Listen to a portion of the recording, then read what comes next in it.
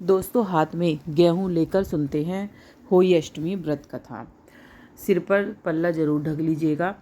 करते हैं होई माता की जय। प्राचीन काल में एक साहूकार था जिसके 7 बेटे और 7 बहुएं थी। इस साहूकार की एक बेटी भी थी जो दीपावली में ससुराल में मायके आई थी। दीपावली पर घर को लीपने के लिए सातों बहुएं मिट्टी लाने जंगल में गईं तो नंद भी उनके साथ चली गई। दीपावली से पहले कार्तिक वदी अष्टमी को सातों बहुएं अपनी इकलौती नंद के साथ जंगल में मिट्टी लेने गईं। जहां से वे मिट्टी खोदकर रही थी वहीं पर स्याऊ सेही के मांद थी। मिट्टी खोदते समय नंद के हाथ से सेही का बच्चा मर गया।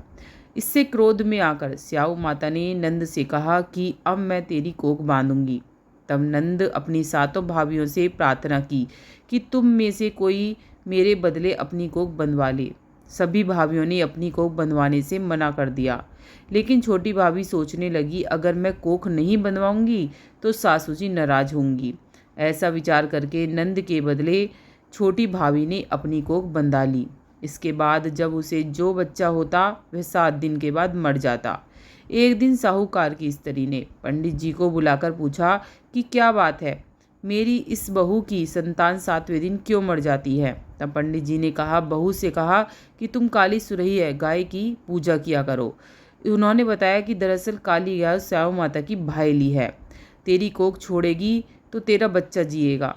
छोटी बहू ने पूरी लगन से गाय की सेवा की। एक दिन गौ माता बोली, मेरे जागने से पहले कोई रोज मेरे सफाई कर जाता है, जो आज देखूंगी। गौ माता खूब तड़के जागी तो क्या देखती हैं, साहूकार की बेटे की बहू उसके नीचे सफाई आदि कर रही है।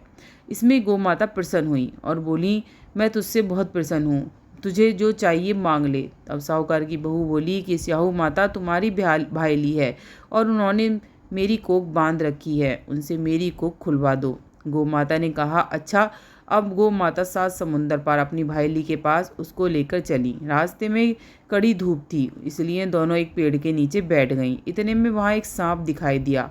उसी पेड़ पर गरुड़ पंखनी के बच्चे थे। सांप गरुड़ पंखनी के बच्चों को मारने लगा। तब साहूकार की बहू ने सांप को मारकर ढाल के नीचे दबा दिया, बच्चों को बचा लिया। थोड़ी देर में गरुड़ पंखनी आई तो वहाँ खून पड़ा देखकर साहूकार की बहू को चोंच मारने लगी। तब साहूकार ने बोली कि मैंने तेरे बच्चों को मारा नहीं है, बल्कि सांप तेरे बच्चों को डसने आया था, मैंने तो तेरे बच्चों की रक्षा की है। इससे गरुड़ पंखनी बहुत प्रसन्न हुई और बोली, मांग, क्या मांगती है। वह बोली, 7 समुंदर पार स्याऊ माता रहती हैं, मुझे तू उसके पास पहुंचा दे। तब गरुड़ पंखनी ने दोनों को अपनी पीठ पर बैठाकर स्याऊ माता के पास पहुंचा दिया। स्याऊ माता उन्हें देखकर बोली, आ बहन, बहुत दिनों बाद आई। फिर कहने लगी, बहन, मेरे सिर में जूं पड़ गई हैं। तब सुरही की कहने पर साहूकार की बहू ने सिलाई से उसकी जुएं निकाल दी। इस पर स्याऊ माता बहुत प्रसन्न हुई और बोली कि तेरे 7 बेटे और 7 बहुएं हों। साहूकारनी बोली, मेरे तो एक भी बेटा नहीं है, कहाँ से होंगे 7। स्याऊ माता बोली, वचन दिया है, वचन से फिरूं तो धोबी के कुंड में कंकरी हूँ। तब साहूकार की बहू बोली, माता बोली कि मेरी कोख तो तुम्हारे पास बंधी पड़ी है, तेरे घर। माँ बोली, तेरे घर में तुझे 7 बेटे और 7 बहुएं मिलेंगी, तू जाकर उजमन करना, 7 होई बनाकर 7 कढ़ाई करना।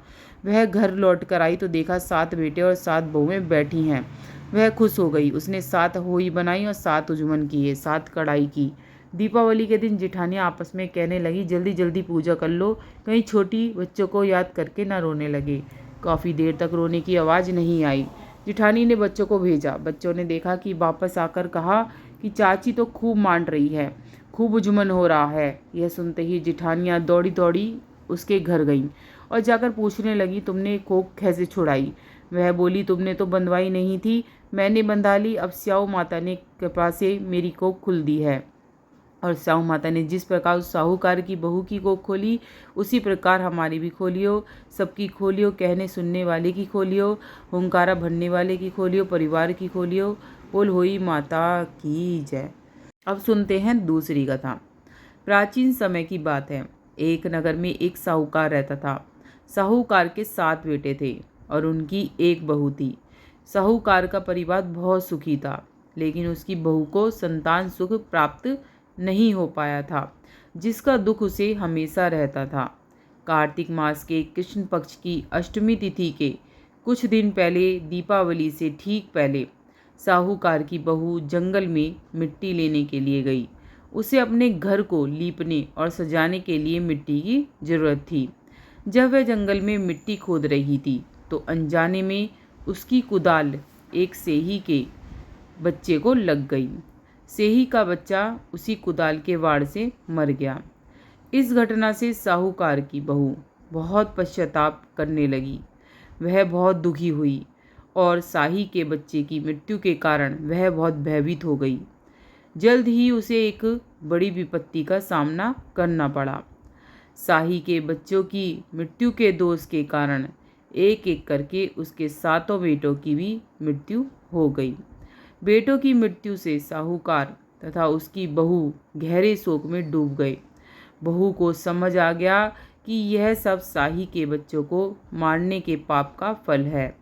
जब साहूकार की बहू ने अपनी यह दुख भरी कहानी अपनी पड़ोस की स्त्री को बताई तो उन्होंने उसे यह सलाह दी कि हे बहू, तुम बहुत दुखी हो। यदि तुम अपने इस पाप से मुक्ति पाना चाहती हो और अपने संतानों का सुख भोगना चाहती हो, वापस चाहती हो बच्चों को, तो तुम अब होई माता का व्रत करना शुरू कर दो।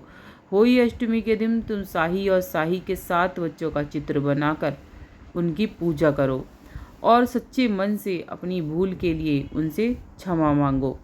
होई माता, जो कि पार्वती माता का ही रूप है, तुम्हें अवश्य क्षमा करेंगी और तुम्हारी संतान को लंबी आयु का आशीर्वाद देंगी। साहूकार की बहू ने श्रद्धापूर्वक उनकी बात मानी और कार्तिक कृष्ण पक्ष की अष्टमी तिथि पर उसने पूरे विधि विधान से होई माता का व्रत किया। उसने दीवार पर शाही और उसके बच्चों का चित्र बनाया, कलश स्थापित किया और रात को तारों को अर्घ देकर माता की पूजा की। उसने अपने मृत बेटों के लिए पश्चाताप किया और सच मन से होई माता से अपने पापों की क्षमा मांगी। साहूकार की बहू की सच्ची श्रद्धा और पश्चाताप से होई माता माँ पार्वती बहुत प्रसन्न हुई। उन्होंने बहू को दर्शन दिए और उसे क्षमा करते हुए वरदान दिया कि उसके सभी पुत्रों को लंबी आयु प्राप्त होगी। होई माता के आशीर्वाद से साहूकार की बहू को वापस से संतान सुख मिल गया। उसके पुत्र दीर्घायु हुए। तभी से यह परंपरा बन गई है। संतान की लंबी आयु, सुख और कल्याण के लिए माताएं होई माता का व्रत रखती हैं। व्रत का सार यही था दोस्तों कि यह कथा बताती है कि अज्ञानतावश या जानबूझकर किए गए पापों के लिए सच्चा पश्चाताप और क्षमा याचना ही मुक्ति का मार्ग है और माँ पार्वती सभी माताओं की संतानों की रक्षा करे। बोल होई माता की जय। दोस्तों, इसके बाद गणेश जी की भी कहानी जरूर सुनी जाती है। करते हैं गणेश जी की कहानी। एक बुढ़िया माई थी, उसका एक बेटा और बहू थे। वे बहुत गरीब थे। बुढ़िया माई हर रोज़ गणेश जी की पूजा करती। गणेश जी की हर रोज़ गणेश जी बुढ़िया से कहते, बुढ़िया माई कुछ मांग ले। बुढ़िया कहती, मैं क्या मांगूँ? गणेश जी बोले, अपने बेटे से पूछकर मांग ले। तो बेटा बोला, माँ धन मांग ले। बहू ने कहा कि माँ सासू जी पोता मांग लो। बुढ़िया ने सोचा दोनों मतलब की बात कर रहे हैं, सो पड़ोसन से जाकर पूछा। तो पड़ोसन बोली, गणेश जी मेरे को बोले कि कुछ मांग ले। तो पड़ोसन बोली, पगली क्यों तू मांगे धन और पोता? थोड़ी सी जिंदगी है तेरी, अपनी सुंदर काया मांग ले। घर आकर बुढ़िया ने खूब सोचा, जिससे बेटा बहू भी राजी हो जाएं, उनकी भी मननी जाए। और दूसरे दिन गणेश जी आए और बोले, बुढ़िया माई कुछ मांग ले। बुढ़िया ने कहा, मुझे सुंदर काया दे, सोने के कटोरे में पोते को दूध पीता देखूं, अमर सुहाग दे, निरोगी काया दे, भाई दे, भतीजे दे, सारा परिवार दे, सुख दे, मोक्ष दे। गणेश जी ने कहा, बुढ़िया माई तूने तो मुझे ठग लिया, सब कुछ मांग लिया, अब जैसा बोला है वैसा ही हो जाएगा। गणेश जी अंतर्ध्यान हो गए। अब बुढ़िया माई को यहाँ वैसा ही सब कुछ हो गया, जैसे गणेश जी महाराज ने उसे दिया बुढ़िया माई को, वैसा ही सबको देना। कहते सुनते ओंकारा भरते का हला। दोस्तों 3 हुई हैं, 3 नहीं सुनी जाती हैं, चौथी कथा करते हैं। एक दिन गणेश जी महाराज चुटकी में चावल और चम्मच में दूध लेकर घूम रहे थे। कोई मेरी खीर बना दो। सबने थोड़ा सा सामान देखकर मना कर दिया। तो एक बुढ़िया बोली, आ बेटा मैं बना देती हूँ। वह कटोरी ले आई तो गणेश जी बोले, बुढ़िया माई कटोरी क्यों लाई, टोप लेकर आ। अब बुढ़िया माई टोप लेकर आई, वह दूध से भर गया। गणेश जी महाराज बोले, मैं बाहर जाकर आता हूँ, अब तुम जाकर खीर बनाकर रखना। खीर बनाकर तैयार हो गई। अब बुढ़िया माई की बहू के मुंह में पानी आ गया। वह दरवाजे के पीछे बैठकर खीर खाने लगी तो खीर का एक छींटा जमीन पर गिर गया, जिससे गणेश जी का भोग लग गया। थोड़ी देर के बाद गणेश जी बुढ़िया को बुलाने गई। बुढ़िया गणेश जी को बुलाने गई तो गणेश जी बोले, बुढ़िया माई मेरा तो भोग लग गया। तब तेरी बहू ने दरवाजे के पीछे बैठकर खीर खाई तो एक छींटा जमीन पर पड़ गया था, सो मेरा भोग लग गया। तो बुढ़िया बोली, बेटा अब क्या करूं? गणेश जी बोले, सारी खीर अच्छे से खा पी कर सबको बांट देना और बचे तो थाली में डालकर छीके पर रख देना। शाम को गणेश जी महाराज आए और बुढ़िया वो को बोले, बुढ़िया मेरी खीर दो। बुढ़िया खीर लेने गई तो उस थाली में हीरे जवाहरात हो गए। गणेश जी महाराज ने जैसी धन दौलत बुढ़िया को दी वैसी सब किसी को दे। कहते सुनते हुंकारा भरते का भला। दोस्तों सब्सक्राइब जरूर करिएगा। पूजा विधि की वीडियो मेरे चैनल पे हैं, जरूर देखें।